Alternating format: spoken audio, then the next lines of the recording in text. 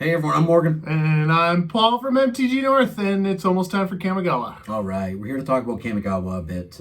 Some interesting stuff with this set, Paul. It's very confusing. There's a lot going on in this set. We thought they were going to tone down on the variables. The opposite has occurred. Wow, there is it feels like there's 10 variants of each card available. It feels like that. I'm not saying it, but it.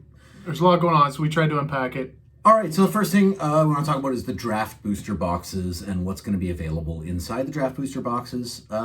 Start simple. This is easier. This is more traditional to what we've seen, right? Right. So it doesn't mention on their website that you can pull the borderless cards out of the draft booster box. Yeah, it was weird. It didn't specifically say it. Which I found odd because out of the last couple of sets. Now you're talking Modern Horizons 2, that was a big set, kind of a massive. Went all the way set, back right? to Theros, right? You had Yes. Borderless Ashiok and friends. Oh yeah, they were. Yeah. You could pull them right out of the previous kits and out of the regular draft packs. So I think it's safe to say that you'll be able to get them. Yep. The Borderless cards. Yep. So your draft booster packs are going to be the same as normal. You get a rare or a mythic. Your double-faced common or uncommon, 3 uncommons, 9 commons, and a land. And you can get those special. I'm not going to say it because I can't pronounce it. But you can get the special Japanese lands in there. They look awesome. They look really good. They do. So the borderless cards themselves are the 5 legendary dragons and the 5 legendary lands, correct? Yes, that is going to be available in borderless frames, and they it's been reported that they're going to be available in all boxes. So draft, set, and collector. Which is pretty normal. Yeah. Yeah. Okay, let's move on to the set boxes. This is where things start to get a little confusing. The list has been updated. We love the list here at MTG North. Okay, so the notable changes to the list. We'll go over the notable additions to the list first. You got Sakashima's Student, of course. Big addition. That's We're going a good back addition. to Kamigawa, right? Great choice. Great flavor. We got Anointed Procession from Amonkhet. It needs a reprint. This is Okay. a very small reprint. Yep. We got Sensei's Divining Top. I'm not surprised. Yeah, also Right. good flavor. Also the Umizawa Jite. The Jite, getting Yeah. a reprint. Band and More Commander still. Yeah. And oddly enough, Jin Gataxia's Core Augur was added to the list to Right. go on with the new, go along with the new. We got Hall of the Bandit Lord, right, which was another Kamigawa land. Yeah, yeah.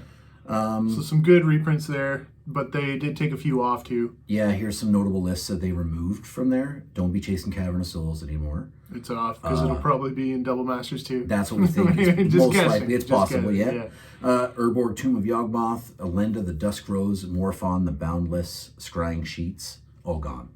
Dark Depths was another notable card missing from the list now. But there was some good additions, so whatever they Pretty added. good change, right? More Yeah. for flavor, good value there still. So that brings up set boxes a little bit.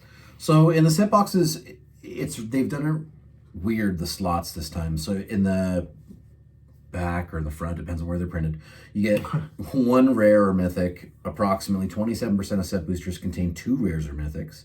3% contain 3, and less than 1% of set booster packs will contain 4. That's standard. Standard Just like your standard. set box ratios. But so here's where it gets funny. In the set booster boxes, you have a common or uncommon with the ninja or samurai treatment. So that means you're going to be getting one of those treatments in every pack. So those are showcase, right? And they've given them to certain cards, which they did back in Adventures of the Forgotten Realms, Right. almost. The leather shoes, man. And then you brown started to shoes. notice as you're opening these leather shoes, you're getting the same leather shoes over and over and over again. So the market's so saturated, never going to be any That's value going to in happen those. here again. It's going to happen again Yeah. with Kamigawa. So also in the set booster boxes, you can get those Japanese lands. You can get them in foil as well. There's going to be 2 wild cards of any rarity, including double-faced cards, Yu-Gi-Oh lands, which are the Japanese lands. I don't know if I said that right. Yu-Gi-Oh! Lands is not... Yu-Gi-Oh! Oh, okay, sorry. Yeah, sorry. Yu-Gi-Oh! E-lands Yeah. is what they call it, what I'm reading. But yeah, so, and you're going to have your mini games pack in there, your foil stamped art cards, because I know you guys love those things. We love them. And also in both draft and set, you can get the Phyrexian cards. Yes, the Phyrexian Tameo text. and Jin Gataxias. But you may not get the Phyrexian etched version of Tameo. Etched! So we're back again in the collector boxes. There is Collector box time. Okay, this is where things get hot and heavy. 12 cards that they've chosen from the set to put in etched foil. Both Phyrexian frames are available in etched You foils. can get them in etched, as well as regular, as well as non-Phyrexian, but... So your collector booster starts to get crazy with the samurai and ninja frames. So you got one ninja common or uncommon, a foil ninja common or uncommon, a foil samurai common or uncommon, a non-foil samurai common or uncommon, your traditional foil uncommon. And there's not a lot of these. So is the problem. That's the problem. So all of a sudden, you're getting so many repeat cards as you're opening your collector boosters, so you're losing value. Yeah, those will not hold any value. Another thing we wanted to touch on, this set looks to be like it's going to be a home run. There's great cards in the set, Paul. You have a couple of Phyrexian treatments. In the collector boxes especially, right? Yes. That's where people are going to open a lot of collectors, and that's because that's where the chase cards are. That's right. So this set may bring back a lot of mass box openings for people chasing, right? More than there has More been. than normal, absolutely. And for two reasons. The Phyrexian card, right? Available in foil and etched, Tameo and Jin.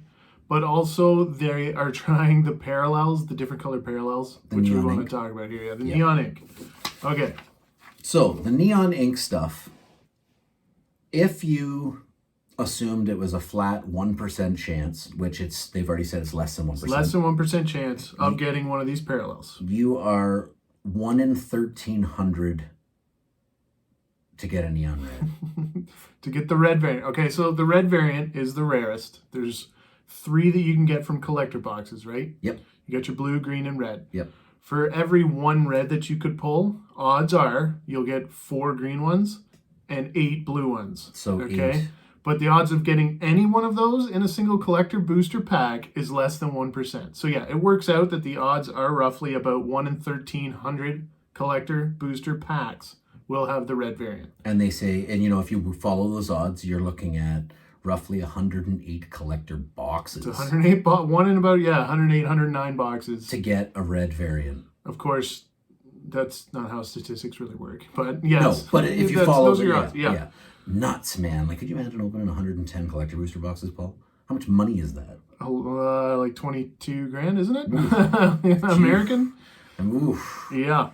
Okay, so those are going to be in there. People are going to be looking for those. A lot of people have said on forums and stuff that it's a pretty mediocre card for playability-wise, which it is. Yep. It's not a super home run card. People are really down on it, saying, it's not going to hold any value. If you think that that's not going to hold any value because people don't care about parallel colors, doesn't matter. Take a look at the sports card world and tell me that people don't care about parallel colored cards like that. Take a look at the Viscera Seer. It's a crappy, unplayable card. Now, it's only 1 of 100, fair enough. Yeah, and there's more of these ones, but here's what is happening, right? Yeah. So, They're going to be worth... I bet you the red parallel will be, I don't know, twice as much as any of the Phyrexian foils. Yeah. And the red ones... As far as value. Yeah, so obviously the red's going to be most expensive. Red, I'm going to around 500 or more US. Green is where it's going to sell. Going next, and then blue, right? Yeah. So here's another odd little thing. Apparently, only WPN premium stores are going to be getting the yellow neon ink. So Paul did a quick little, how many WPN stores are there out there? There's 200 approximately. Yeah, I think it was about And that. if each one gets 10 it's only copies, 2,000, right? It's only 2,000. So if you do the math on how many red ones are available, there's like 2,300 will be printed, apparently. Roughly. It depends on the print size and all those variables. These are... we're rounding a little bit. So I'm just saying that's a weird variable there where you're going to have the yellow one be rarer, in fact, than the red one. Oh, maybe. Maybe. It's a possibility. If you have a chance to play for a yellow one, definitely do it. Do it. Yeah. They're going to be worth a few bucks. Yeah.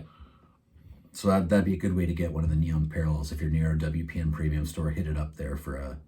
Definitely. Support your LGS. Yes, absolutely. Okay, so that is... Kamigawa, Paul. So what are you going to buy? What are we going to buy? We're going to stick to mostly collector boosters, just because they are so full of... They're full of 2 lottery card variants, right? Phyrexian text. Yep, Phyrexian text is always a hit, and then the neon. Yeah. The first time Wizards really has done a neon parallel, or a parallel, right? Yep. To do with colors. So. I got to admit, I like the... I know I was about to call it Showcase again. I like the Samurai frame. I think that looks fantastic. Yeah. I do. I really like that. I do like the Wandering Emperor. That's the one I'm talking about. Yeah, Okay. love the Yeah, frame I think on that's that the one. samurai one. That is the actually. samurai one, yeah. But she's the only mythic, I believe, in that framing. Okay. There's a lot. We'll have it on screen, but So- yeah, there's a lot going on. Basically, if you want the rare high-end stuff, stick to collector boosters. Nothing has changed as far as that goes. And just be careful as far as investing in this type of a sealed product. You never know how much is going to get opened. Don't ever pre-order singles. No, don't do it. Especially not with something like this set. We don't know. We don't know how much is going to get open, how much is going to be on the market. So this set maybe is definitely a... I think it'll be closer to Zendikar Rising, where people opened a ton of collector boosters Trying to look for expeditions. Exactly. Yeah. This will be kind of along the same lines. And now every card in Zendikar Rising is worthless. Well, Not true. quite. But you can get a lot of singles really cheap. So if you need something for your decks... And case in point right here. We're buy listing cards to a company, and from Zendikar Rising, the non-foil copy is worth more on the buy list than the foil copy. And a lot of... Yeah. So It's very common. So yeah, just wait a few weeks. A lot of this is going to get open. A lot of the showcase stuff won't be worth very much at all. no, I'd wait 30 days. Yeah, always. I mean, if you can, right? Always wait 30 Where days. are you playing right now anyway? Yeah. No, I'm just kidding. But yeah. So yeah, guys, this is going to be a good set, I think. We'll see where the value lays once the smoke blows over in a month or two, and we'll see what happens. If you can pre-release, definitely get out and freaking pre-release on February 11th. Already paid. That's when the pre-release starts. The set officially releases February 18th. We will be at Tabletop Giant next week opening some boxes early with our LGS owner, Greg. Road trip. It's going to be a good time. Hit the sub button if you're new around here. Get an early look. And I think we're going to have to draft blockers a little more valuably and limited this weekend. I think so, right? yeah. Don't get hit by the ninjutsu. No way, man. You better draft some removal. Let's put it that way. All right, thanks, guys. Thanks, guys. See you later.